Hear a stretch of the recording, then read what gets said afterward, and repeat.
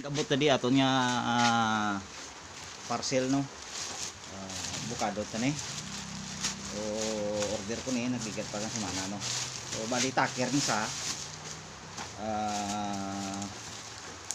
halini sa ingko no. Pero may kuni gina baklan nga store.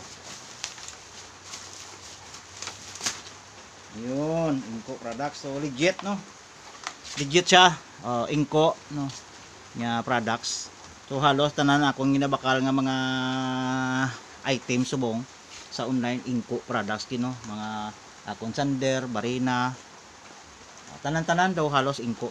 Kay kita ko legit siya no. So okay na. So legit siya, legit. So i-ano ko lang ibutang ko lang ang ang link no sa comment section no, para kung gusto niyo magbakal pwede ka magbakal. Buksan no.